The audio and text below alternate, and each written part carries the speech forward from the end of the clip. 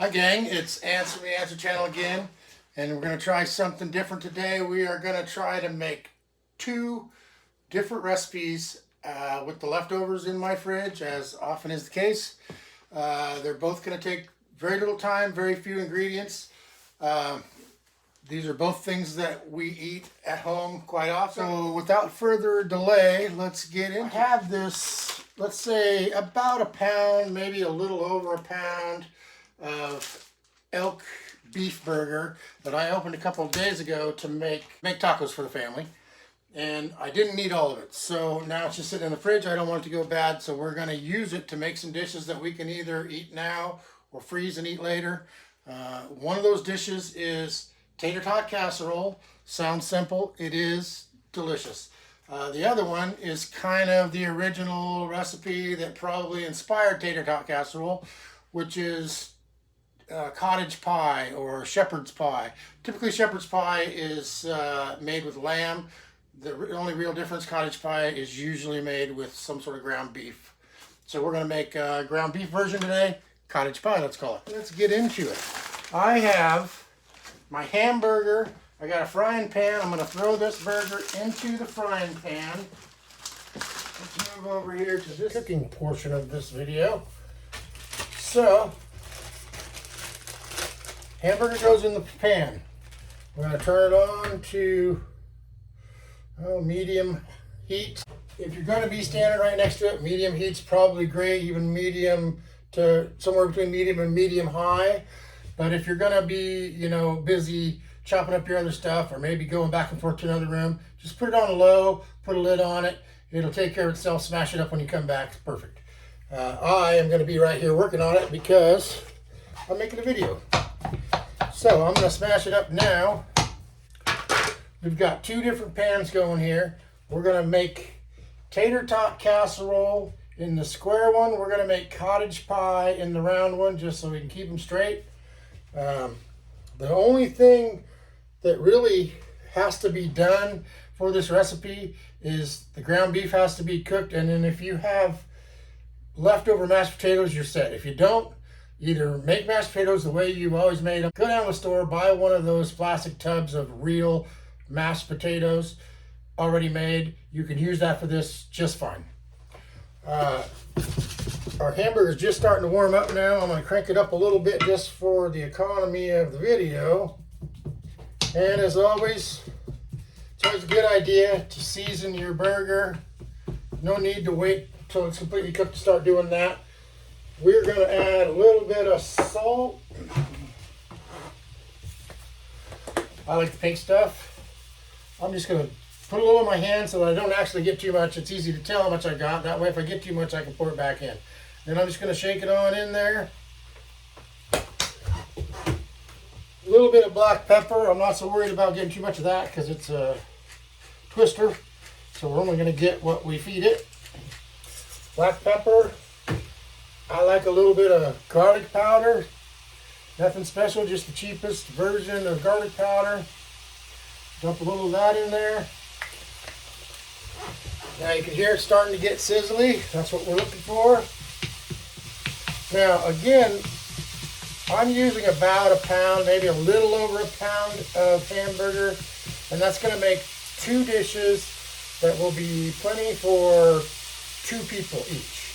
If you wanted to make just one of them and you wanted to feed 4 people, obviously just roughly double your recipe. So if you needed to feed 4 people, use the whole pound of hamburger. You're going to double whatever I show you for tater tots or mashed potatoes, double whatever the ingredients are I give you, and you'll get that. In this case, I wanted to make more choices for a smaller group, so I'm just going to make a couple of different pans that'll feed 2 people. Now, why am I doing this today? Well, because, again, I have leftovers in the fridge that need to be used, and I'm going to utilize them for a trip I'm taking here in the near future. And once I get these made, I can stick them in the freezer, and I can either give them to the person who's going to house sit for me and give them something nice that they can eat real easy while they're here, or I can eat them when I come back from my trip and I'm tired and don't want to think about what needs to be made for dinner. Or if if there's just somebody in the family that would really appreciate some good, fresh, homemade, home-style cooking. It's just real easy. It's going to take us, I would venture to guess, it's probably going to take us, 10 minutes each max to prepare these meals. And then, we're going to bake them. That takes a few minutes. Hamburger's getting there real quick. Now, in this case, I'm not going to add anything to the hamburger just yet because I want to divvy it up to be used in both my dishes. So I just want to get it most of the way cooked here until it's not pink anymore, which is really close to where we're at now. Can you see that? Color's looking good. Smells delicious because of the spices we put in it. Now, I'm going to grab a different bowl here just so I can keep this hamburger off to the side until I'm ready to use it. Also, before I do that, you should see most hamburger, depending on the fat level grade of your hamburger, 80-20 or 90-10 or whatever, you're going to have some of this grease in the bottom of the pan when you're done cooking it. Try to drain that off. It won't really hurt anything, but it doesn't really help anything either. So we're going to drain it off, hopefully without losing the hamburger into my garbage can. Although that might not stop me from using it. Those of you who saw my other videos will recall the ginger incident. Okay, that hamburger's ready. We're going to dump it into this bowl. We've drained the grease off of it. We are done with the cooking portion in terms of preparing this meal. So turn this pan off.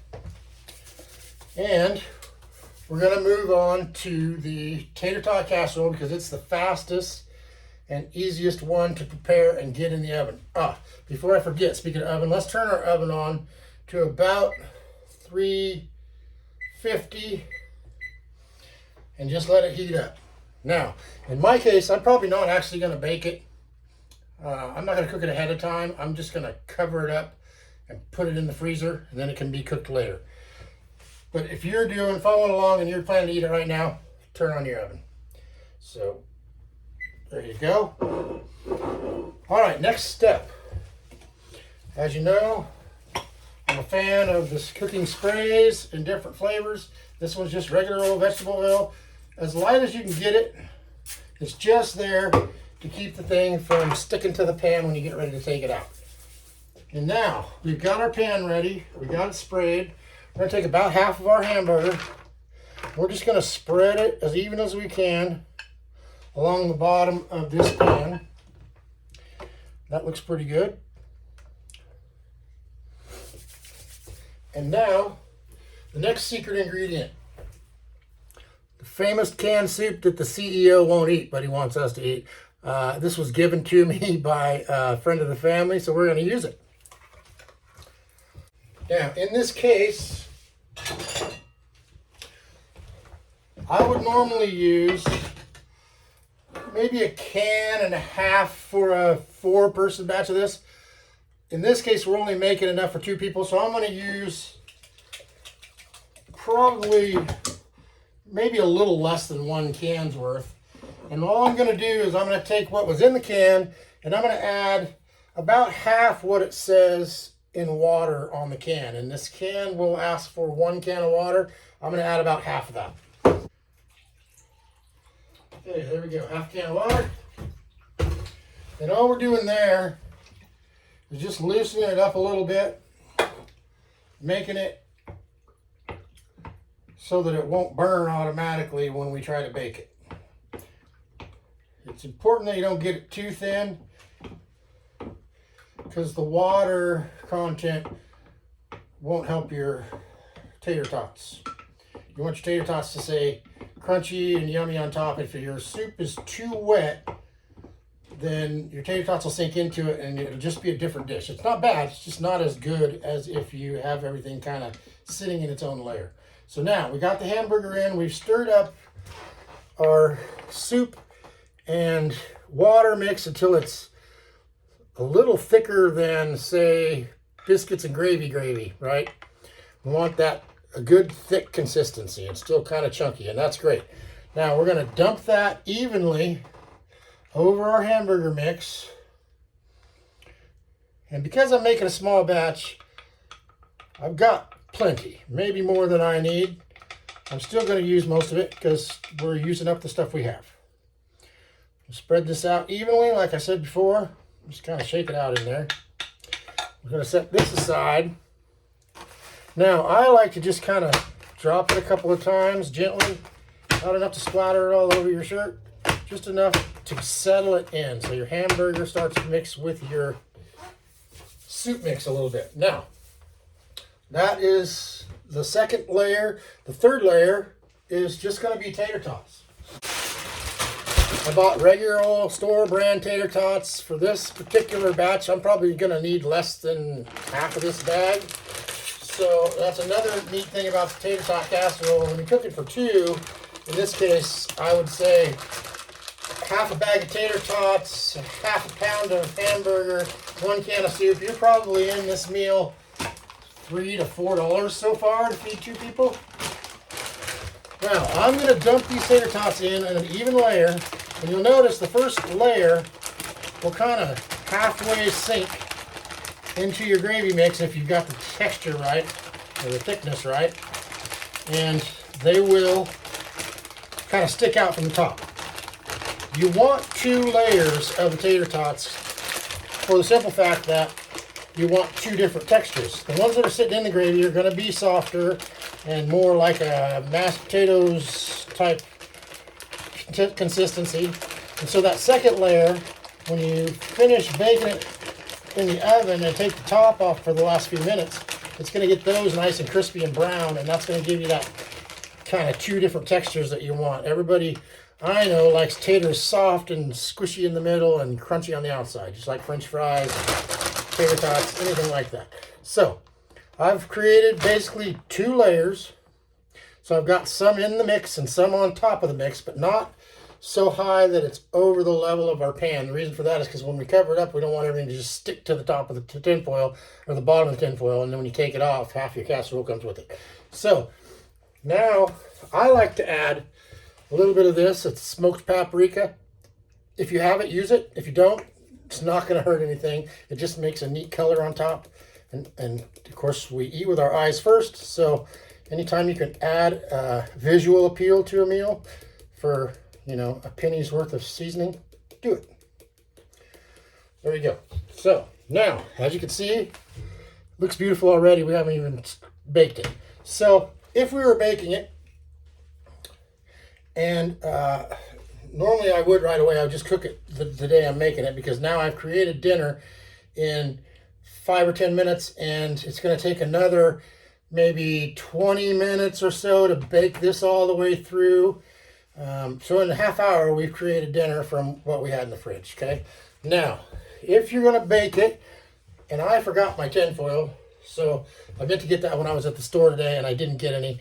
So I would tin foil it loosely, actually not loosely, but just leave your tin foil sitting above the food a little and wrap the edges so that it tints just a little in the middle. And I would put it in the oven for about 15 to 20 minutes until it's hot underneath in the middle. And once it's hot and underneath in the middle, I would uncover it, cook it for another 5 or 10 minutes until you get that crispy brown color on the top that you want from a tater tot. Then when you do that, this dish is done. And you can cook it ahead of time and put it in the freezer, or you can do what I'm going to do, which is just cover it up, write the date on it. If I'm going to give it to somebody, I'll write the baking instructions on it, and I'm going to stick it in the freezer. It'll be there when I need it. So that's one dish done, out of the way.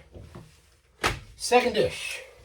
Second dish is inspired by my leftovers again. The other day we had jalapeno mashed potatoes. That's another recipe that I like to make. I make it pretty often. It's a recipe I kind of was inspired from a restaurant that Lady Answer and I visited a couple of times outside of Honolulu. It's delicious, and there's many different variations depending on what you have in the fridge. I'll make that video later. But let's just assume you have mashed potatoes. I don't care what flavor they are. So, these were in my fridge. We're going to use them. And this time we're going to do the same thing we did before. We're going to spray very lightly on the bottom. We are going to pull our pan back out. Same pan we used before because it's still got nothing but hamburger in it. We're going to put this hamburger in there. Turn it back on to medium to low heat. And for this one, the next thing we want to add is vegetables. These vegetables are just what I chose. This bag was a little over $1. And it's going to add a different texture, some color, again, the visual appeal that you want. And but it doesn't have to be this particular mix of vegetables. This one's got corn, carrots, and green beans. It could be mushrooms if you had them in the fridge, you wanted to use them. It can be onions. It can be anything that you enjoy mixed with your hamburger, or what you like to eat. I always try to focus on using what you have. This time we're going to use this. So I'm going to throw about, I don't know, a third of a bag of this in there. You don't want too much. It's just for the color and a little bit of texture, right? We're going to mix those in there. Just let them kind of warm up a little bit with the hamburger. Let me know in the comments if you like the toss. Took years of practice to get to do that with almost anything. So now we're going to let that just kind of blend together. And we will switch to our alternative ingredient, which we already had in the cabinet, which is just your basic jarred beef gravy. Now, I'm going to use it because I have it. If you didn't have that and you had a package of gravy, that'll work too. Just dump it in there and add the same ingredients that you see on the back of the package for the most part. It'll make a nice thick gravy by the time you do it right. And that'll be fine too. And I pulled out pork on purpose because I don't think you're going to care whether it happens to be beef or pork. Hell, I don't think you even care if it was turkey or chicken gravy. Use what you have. So I'm going to go ahead and use the jar because I have it. I'm just going to dump it right on in there. Bam. Now give it a couple more tosses. Let that continue to warm up. Now there's one more secret ingredient. This stuff. Now, if you don't know what this stuff is, it goes by many names. Most wrong. I've heard it pronounced Worcestershire sauce. I've heard it pronounced Worcestershire. In my family, we like to call it Worcestershire sauce. So we're going to add a healthy dose of Worcestershire sauce because it makes everything a little more delicious. And we're just going to let that simmer and reduce for, I don't know, let's call it 2 or 3 minutes. And rinse this spoon off and use it.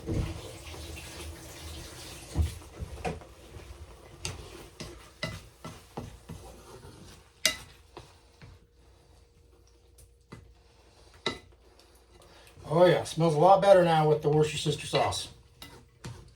Shout out to Grandma Glow for the name. She's the one who got me started calling it that.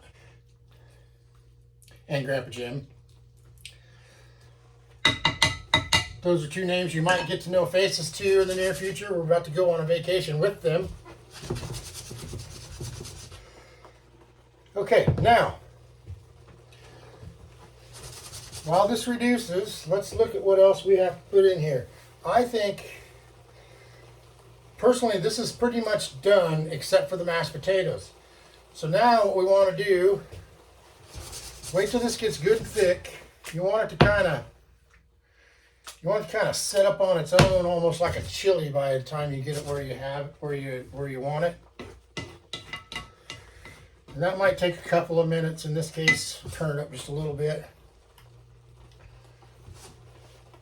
Only because if it's too soupy, it's kind of hard to spread the mashed potatoes on top. You need a somewhat firm base to do that well. Give that a couple of minutes to put away some of the ingredients from the last recipe and the ones we've already used. Oh yeah, that's looking good. Give it the old patented toss.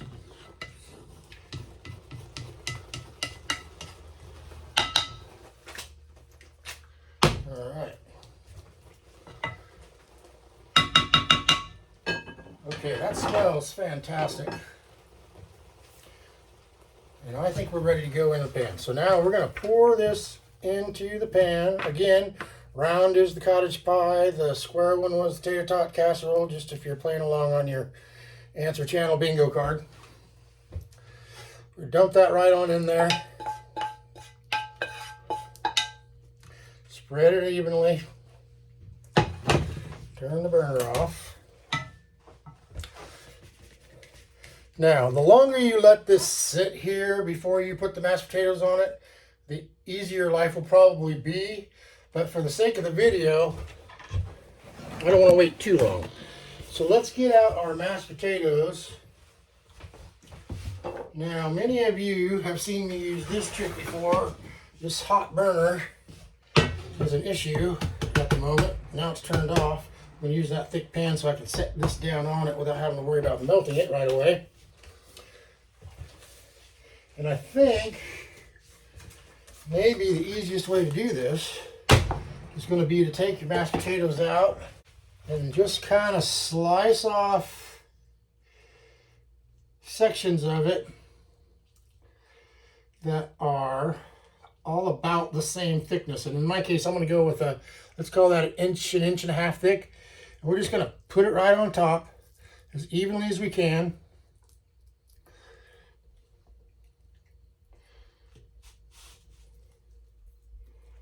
Ooh, that smells good with all the jalapenos and stuff in it. I'm glad I used this because it reminds me that I should use this recipe in the videos also. So that will be coming, jalapeno mashed potatoes.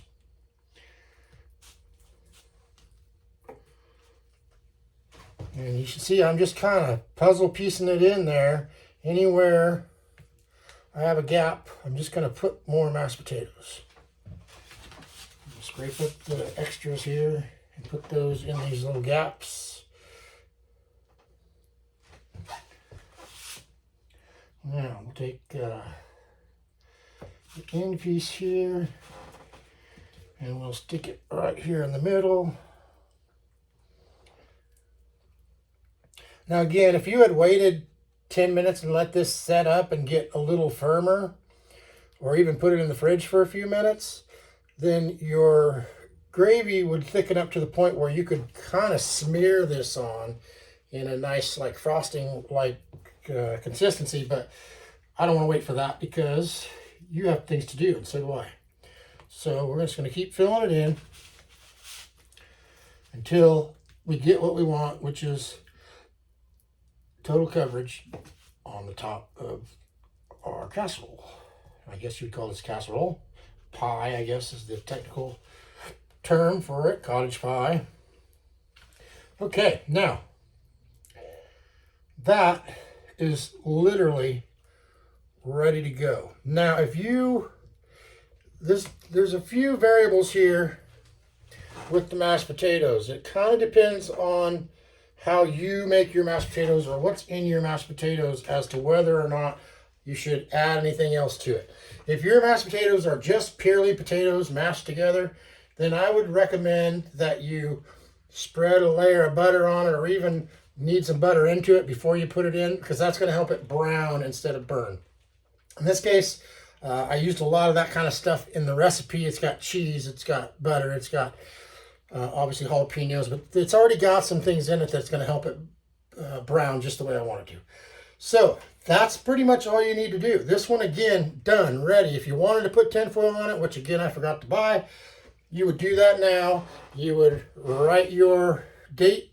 You would write your cooking instructions, which is going to be about the same, maybe a few minutes longer because the potatoes are a little denser, I think, than although the tater tots were frozen, so it might be about the same. I would cook this 20 minutes at 350. Then I would open it up. I would look see if it's bubbling and looks hot. It probably will be. Once it's hot, then all you need to do is just brown the top for a few more minutes, 5 to 10 minutes, until it looks beautiful on top. Then you're ready to go. So we did it. We made 2 different dishes. They're both super yummy, both super easy, both super inexpensive, and both out of stuff I already mostly had in my fridge that inspired me to make them both. So I hope you enjoyed that. I'll get back to you in the coming days, and we'll get this video out and probably get a few more out in the near coming days also. So thanks again for joining us. Look for my Buy Me a Coffee link in the description soon. I started that process today. We'll see how that goes. Ants out.